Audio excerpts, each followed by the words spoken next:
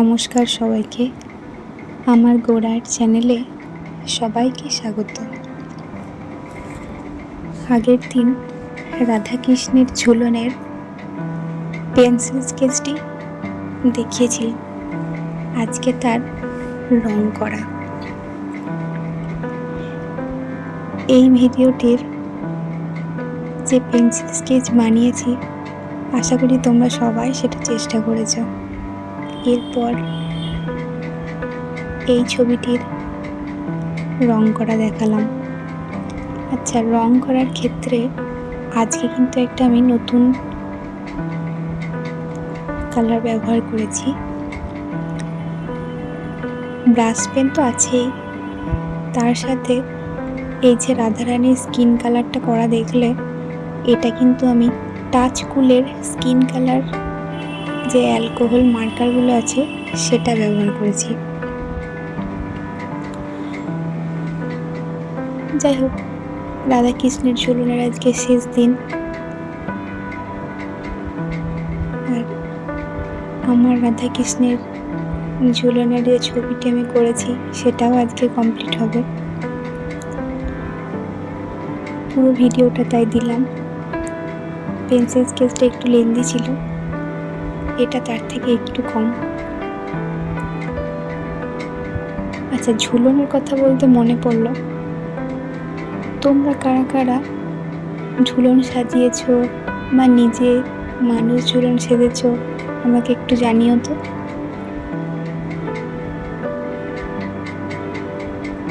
আর এই ছবিটা চেষ্টা করে অবশ্যই আমাকে বলবে যে কেমন হয়েছে, তোমরা কতটা পেরেছো এটা। আমি কিন্তু যতটা সহজভাবে দেখানো যায় সেই চেষ্টাই করেছি।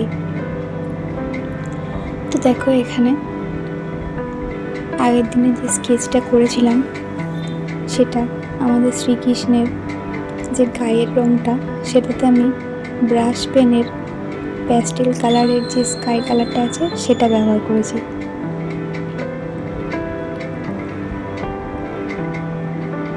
ডোমসের যে স্কাই কালার আছে, যেটা প্যাস্টেল কালার নয়, সেই কালারটা কিন্তু খুব ডিপ ছিল, তাই জন্য আমি প্যাস্টেল কালারের যে হালকা স্কাই কালারটা সেটা ব্যবহার করেছি। পীতাম্বর আর নীলাম্বরী, পীতাম্বর শ্রীকৃষ্ণ আর নীলাম্বরী রাধারানী। নাম অনুযায়ী জামা কাপড়ের কন্ট্রাস্ট রাখার চেষ্টা করেছি, তাই পীতাম্বরের হলুদ আর নীলাম্বরীর নীল। এবার দেখো, স্কিন কালারগুলো করে নেওয়ার পর জামা কাপড়ের কালার করেছি, তারপর চুলের কালারটা করেছি। এখানে আমি ব্রাউনটা দিইনি, ব্ল্যাকটাই দিয়েছি। আর মাথায় শ্রীকৃষ্ণের কোনো মুকুট দিইনি, একটা ফেটির মতো রাখার চেষ্টা করেছি, আর ময়ূর পালক। একটা ফুলের মালা পরে আছে আমাদের শ্রীকৃষ্ণ, আর আমাদের রাধারানী গয়না পরে আছে। তো ছবিটা যেটা আমি এঁকেছিলাম, পেন্সিল স্কেচটার রঙটা একদিনেই করেছি। একটু টাইম লেগেছে, কারণ যেহেতু দুটো ছবি একসাথে এঁকেছি, তো তাই সিঙ্গেল হলে টাইমটা একটু কম লাগে, আর এরকম একটা অ্যাডজাস্ট করার জন্য একটু টাইমটা বেশি লাগে। যাই হোক, এবার দেখো, মাইক্রনের যে পেন আছে 005-এর, সেই পেনটা দিয়ে আমি মুখ চোখে স্কেচ করছি। যেহেতু একটু সূক্ষ্ম কাজ, তাই জন্য এই পেনটা ব্যবহার করেছি। আর রঙের কন্ট্রাস্টটা কেমন লেগেছে অবশ্যই জানিও। তো এই ছবিটা কিন্তু আমার খুব ভালো লেগেছে। এই কারণেই যে একটা ভালো লাগা আছে এটার মধ্যে। আর যেহেতু এরকম ছবি আমি কোনোদিনও ট্রাই করিনি, এটা প্রথমবার ট্রাই করলাম, একটু নতুনত্ব আছে, তাই জন্য আমার বেশ ভালো লাগছে। আর কোনো জটিল কিছু ছবি নয়, এটা কার্টুন টাইপের ছবি। আর এরকম সহজ সহজ কার্টুন টাইপের ছবি আঁকতে তো আমার ভীষণ ভালো লাগে, তাই তোমাদেরকেও দেখানোর চেষ্টা করি। আর ফুলের মালাটা দেখো,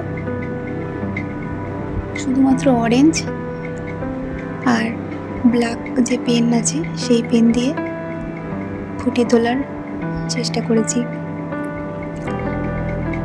শ্রীকৃষ্ণের সাইডে কোনো কাপড় আঁকা ছিল না, কিন্তু আঁকতে আঁকতে দেখলাম যদি ওই দিকেও একটা কাপড় উঠছে সেটা দেখানো যায় তাহলে ছবিটা আরও ভালো লাগবে, আরও বেশি ফুটে উঠবে।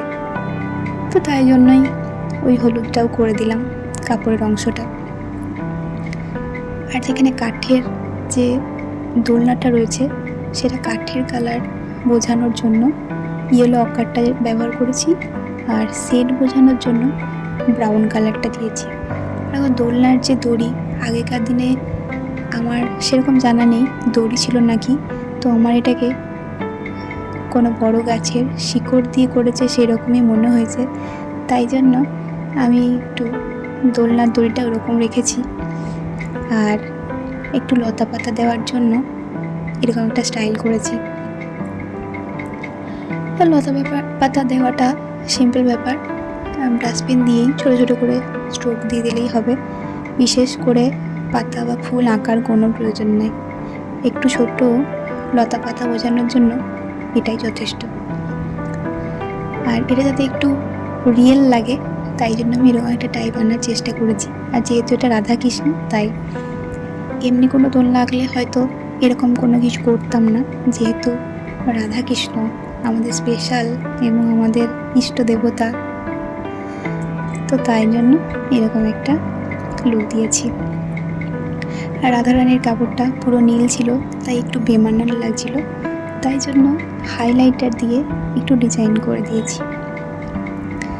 এবার পুরো ছবিটা দেখে তোমরা বলো তো কেমন লাগছে, আর চেষ্টা করে অবশ্যই আমাকে লিখে পাঠাবে যে ছবিটা তোমরা কতটা পারলে। আর ভালো লাগলে লাইক, শেয়ার, কমেন্ট অবশ্যই করবে, আর আমার চ্যানেলটিকে সাবস্ক্রাইব করে দিও। দেখতে থাকো তাহলে। Thank you.